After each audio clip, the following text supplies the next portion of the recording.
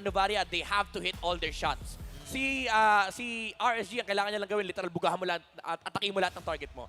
And yung Rafaela, it allows you to do that kasi yung mobility, kina-counter mo na yung hit and miss factor ng Minana Evos. And also, ina-amplify mo yung effect na, guys, may ultra late game scaling heroes kami. Kapag hindi nyo napatay itong mga to, aabot tayo late game. Makakasapak at makakasapak talaga with those movement speed na mabibigay dito ng Rafaela. At ibang klase ang ating aabangan na pagpasok ng game number 2. First time ko makakita ng matchup between Aldous and this Fredrin. Oo, naka-quantum charge pa, ang bilis niyan. Nagwawala yan. Ang baon na meron na ang mga Raiders. Raid might just be complete kasi kapag ginamit ka agad yung Chase Fate, eh baka magkaroon sila ng agarang respo na kinakailangan ng RSG in terms of this fight. Wait lang. Let me just say, hindi ko pa kasi nakikita to ngayon. Sige. Mas mabilis pala mag-clear yung Aldous kaysa kay Fredrin. Oo nga nakapag-purple ka agad. Kasama pa yung butike. Pero sa trivia na narito ngayon, Lancy AR smells blood. 50% ng first blood ng ganilang kuponan ay nanggaling sa kanya. Tunay. Natusok ng Minana Evos kasi the Lance is there para mag-provide sa kanila. But the emblem builds, something quite different there, pero halos tatlo Agility. yung mobility. Oo, super interesting by the way na naka-assassin emblem si Irad. I thought for sure he would go for a tank, pero the additional adaptive penetration does help him sa early game, and yung thrift para yung sapak-sapak nga ng walang first kill, may additional 16 damage para na mas mabilis yung snowball ng early game. Kasi ang kailangan mo talaga kay Aldous is hindi yung hindi yung damage. Yung damage kaya mo siya kailangan para mas mabilis ka umabot sa point na literal one hit mo lahat. Pero for sure yung item progression nito would be full tank. Siguro kahit isang damage item lang tapos full tank na, pwede. Isang Fury Hammer, ganun, no? Tama, para sa penetration. Pero ngayon, nagkakitaan ka agad dito sa may bandang itaas. Lord JM, Chase Fate ay naikasa. May marka. Nuts dito ay hahabulin, pero si Irad ay papunta sa may bandang gitna. At may Ibet Flicker ay nagamit na rin. Nagamit na ang ilan sa mga ultimates before this Lord even started. And Irad, medyo wala na siya, pero doon yung first blood sa may batay taas. Pero may counter-attack naman na bibitawan. Si Nuts with that extra passive coming in from his skills. 1-to-1 parehas, pero Minana ang nauna in terms of taking this turtle. I'm not sure if that was a good trade for Minana Evos. Madadali ng konti si JMAR dito. Makakapag-participate si Nuts, pero hindi, give up na ni Irad yung turtle. I was gonna say na baka mag-decide yung RSG na i-rush yung turtle, pero give up na ng Aldous. Yun na. First turtle na ating game ay nakuha ni Kaizen AR. Maganda at maagang sabihin na natin na pagkuha para dito kay Kaizen. And ito yung gusto mo kapag ikaw ay jungler. Malaya ka lang kumuha ng mga farms mo. Yeah. Pero kasi ang worry mo dito, nasan ba yung Aldous? Kailangan natin makita yung Yun Aldous nga eh. Ang ganda nga nung decision ni Irad na i-let go yung turtle kasi instead of the 50-50, isipin mo yung late game. Focus ang RSG ngayon, playing to scale. Wala tayong pake ng early game. Hayaan mo si Minana Evos, trumade sila ng trumade. As long as may nakukuha tayo, as long as safe tayo, at hindi sila nagtutulak ng tore, okay tayo. You have to play for the late game Aldous. Parehas sila eh. Si Irad, hindi napapakialaman. Si Kaizen din, kahit paano 1-0 ngayon dahil sa nakuha niyang gank sa may bandang itaas. And not to mention though, nababanggit natin yung mga junglers, pero nakakalimutan yata si Domeng na ngayon is having a great matchup against Eman in this match. Talaga nakakalamang siya kasi kung kits lang ba, ayan na nga pag-uusapan sana natin. Galit sa minions. Ang dami kasing baril eh. And ngayon ay nagamit yung Astral Echo. Kita nila na may dalawang members mula dito sa RG sa ibaba. Pero si Irad naka-chase fade. Si Doming kanyang punteriya. Susugod na naman itong si Irad pero mananakap siya 1, 2 times. Taunt may kasama pa para sa Kaizen na malalatag na naman yung Minoa's Fury para mailatag sa ibang mga members ng RSG pero back away. Sabi ng Minana Evos dahil sila makakuha ng isang kill. Light goes down and RSG backs away. Grabe yung pinamahalas dito na pagbawi din ng Minana Evos. Hinawakan lang yung Minoan's Fury. Nung napunta na sila doon sa sitwasyon na maganda na yung pwedeng ilatag na yung Minoan's Fury, ginamit lang kaagad. Tapos ngayon, may posibilidad pa na mabasag yung Torre dito sa may bandang ibaba. Yep. I mean, it wouldn't be the worst for RSG kasi payapa pa rin nag-farm si Irat and hindi naman namatay si Eman.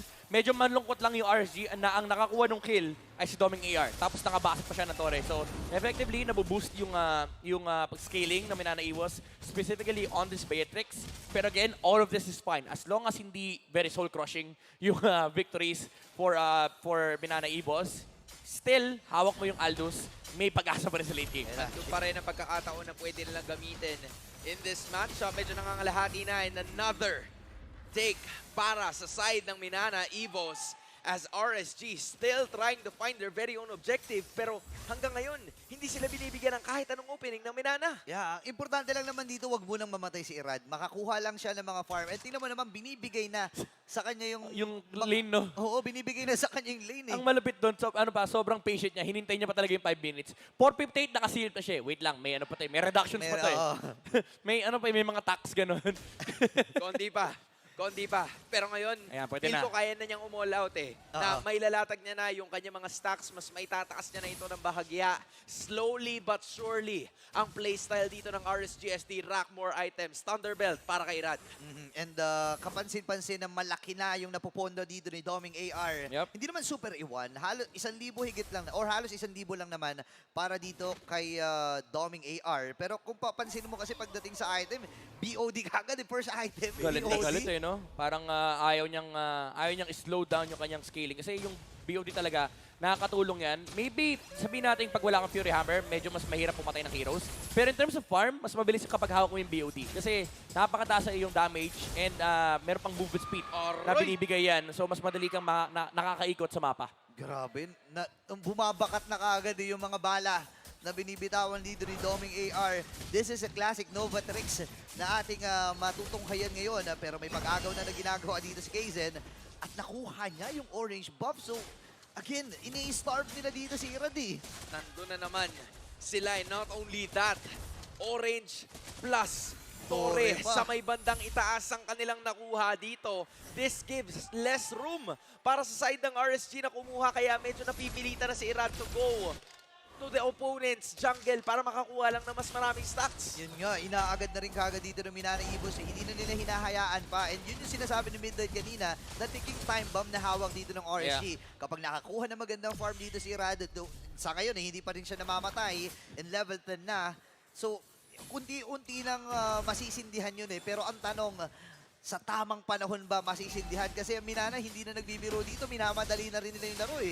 Sunod-sunod na yung objective take sa Minanaibos kasi wala kang pipigil sa side ng RSG. Pero maganda pa rin yung ginagawa na trade ng RSG rito. Nakakuha ng Torre sa may bottom lane and hindi rin napipigilan yung farm ni Irad. Even though malaki yung gold lead na hawak ng Minanaibos dito, mostly it's just on the gold lane. And hindi masyado nagmamatter yan kasi again, pagdating sa late game, isang sapak ka lang kay Aldous eh. Isang sapa ka lang. Yun yung problema mo eh. Kahit ano kalaki gold lead mo. Baka onward din ay gagamitin pero hindi pa rin. Nalatag nila yung mga skills na kailangan, nasipat nila kung saan manggagaling yung RSG. Pero ang call ngayon, sama-sama na, parehas na teams. Wala mag-iiwanan. And the rest of the members of Minana Evos will be here in the jungle. At ang priority ay kunin ang purple buff. Okay, so nagamit na rin yung Shake's Fate. Kanino nakakasa ito? Uy, tumuloy! AR, itutuloy niya. Kalahati. Hindi. Si Doming, sumak ng konti. Ay, hindi, si Irad pala yun. Pero doon naman yung extra knockup coming in the side of Grabe Minana yung Evos. zone. Pero naiwan ng konti si Kaizen. Spider-Man, rumekta ng konti. Umangas Bitin na pa. bahagya. Pero nakatakas at nakawala pa ang iba sa mga members ng Minana Evos as they tend to initiate. By the way, ito yung kailangang isipin ng ito yung kailangang isipin ng RSG. Naka-quantum charge si Irad. Kapag tinamaan ka ng isang sapak, napakabilis ang movement speed niyan. Tapos pwede ka pa niyang i-retrace. Literal mapapa-flicker ka. Pag ikaw yung pinili niyang target. Para ang kinutongan, tapos tatakbo pala yun. Alam mo may kasunod eh. Alam mo may kasunod yung gagawin dito eh. Tsaka nakakailang. Nakita mo yung group up ng Minana Evos kanina. Parang hindi nila alam kung lalaban sila. Napagamit pa ng ultimate si Spider-Miles. Tapos ano nangyari? Tinakbuhan lang sila ng Aldous. And good decision yun para sa RSG kasi hindi mo rin maaatim eh na lumaban doon sa pagkakataon na yun knowing na mababa na rin naman yung oras para mabuhay yung unang lore ng ating game. At gusto mo na tuloy-tuloy yung pag-scale ng iyong hero. Judging by the time elapsed, siguro mga nasa 100-something pa lang yung stocks nito eh. So kailangan niya pang mag-farm. Hindi pa sapat yung kanyang nakukuha rito. And ang wino-worry ko dito, Oh! yun na Yun! nga! The Nova Tricks! Wow. Doon magsisimula yun. I was gonna say na etong middle lane stare down hindi effective for Minana Evos kasi kailangan nila makakuha ng something. Kasi again, nasa 9 minutes na tayo, abot tayo sa point na yung stacks ni Aldous ay tumataas. Pero RSG, they just lost the pos 5 Rafaela in the middle lane and that converts the reward for Minana Evos. Samantalang trade lang din yung hinahanap ng RSG. If you're Minana Evos, you're happy with that, pero you're not content. Hindi pa sapat to. Yung 3.3k gold lead na yan, again, hindi siya nagmamatter kasi pag umabot kayo sa point na yung stacks ni Aldous ay napakalaki na, execution battle to eh, hindi network battle. Execution battle talaga kasi ang kailangan mo intindihin, sino yung kayang patayin ng RSG. Laka. Sobrang ganda naman ang timing na nakuha nila si Light kaagad nung palabas yung turtle. And this time, hindi na makalabas ang kupunan ng RSG kasi they want to go for the offensive. Hinihintay nila si Irad. Hinihintay nila yung Aldamira, men. Tamang panahon. Kailangan nilang Oh, gawin Lord ng GM. paraan. Pero hanggang ngayon, ay gumagawa pa rin sila ng way para sustain at mapatagal itong laban. Dahil kailangan pa nilang depensahan yung Lord. Kapit lang daw eh. Kapit lang. And yun yung ginagawa ngayon ng RSG. Kaya lang ang problema kasi ito na eh. Nagsisimula Naku, na rin si yung pag-atake ng Minana Evos. Oh, the mobility! Hala si Eman. Puti na nakataka wala siya, Aray pero si ko. Aqua medyo nanakit ng konti. Penalty Safe zone pick. na gamitin na rin. Pero andito na si Irad. Super Safe hero landing pick. kaya. Doming AR goes down. And mukhang ito na yata ang shutdown. Pero knockdown pa ulit-ulit ang ibinibigay para kay Irad. At mukhang kailangan niya na mapalayo ng konti. Aqua tries to go for the assistance. Pero 2 for Aray 1. ko. Doming for the rest of the members of RSG. At sila ay dedepensa pa rin. Pero sabi ng RSG, nakakuha na tayo ng isa. Baka ito na yun. Kung saan nanggagaling yung damage dito ng Oh. Minana Evos eh. Pero patay din si Doming AR. Kailangan mag-ingitan din talaga ng Minana Evos. Although hindi pa naman nila nakita yung sapak ni Irad, tinamaan lang talaga siya nung Chase Fate. Pero malaking bagay yun na nakakuha ng stack. Yung Aldous, if I'm not mistaken, 10 stacks kaka dun. Oo, Kada pag- hero kill, 10 stacks for the Aldous. Parehas ng hero tsaka ng Torre kapag nakakakuha ka. At Yup. ngayon, papunta na tayo sa 11 minutes and 25 seconds ng ating game.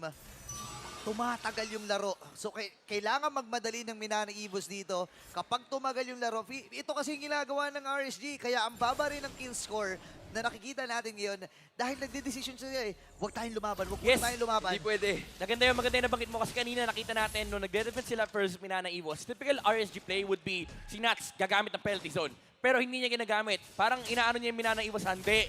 Pilitin niyo ako mag-penalty zone. Gusto kong patagalin yung laban na to kasi may Aldous na nagtutulak dun sa opposite side ng map. Pero teka lang. Yeah. Uy, May balita ko. report. Balita ko, nasa 300, Nasa na daw 300 na. ang stocks ni Irad. Nasa So, 300 na. So liwanag, nakikita na natin bahagya yung liwanag na dala-dala ng RSG Philippines. Look at the damage. Pero ang tanong kasi kung magagamit niya ba yun eh. Maihahampas niya Sa ba? sobrang dami ng knock-ups na hawak ng side ng Minana Yes. Evos, nakita natin yung potential kanina na umabot sa point na kailangan ng umiska po. I mean, Si Irad kasi alam niya na medyo madadamage talaga siya pag hindi siya nakalatag ng knock-up. The thing is, kailangan ni Kite ng Minana Evos definitely yung Aldous. Kaya nga the Rafaela pick makes sense. Kasi pagdating ng late game, lalo kapag lumabas na yung mga immortalities, dun na yung malaking problema ng Minana Evos. Naku, pero si Irad yata ang target nila. Lima. Mukhang mag-all out na sila dito pero si Irad wala na siya mapupuntahan Oh, no. pa. Aldous goes down Oh. and Minana Evos makes a game-changing play. Yeah. Priority na lang natin kung sino ba yung nagpapahirap. Oo, malaking kill yun. Sabi ng Minana Evos, huwag tayo sa objective.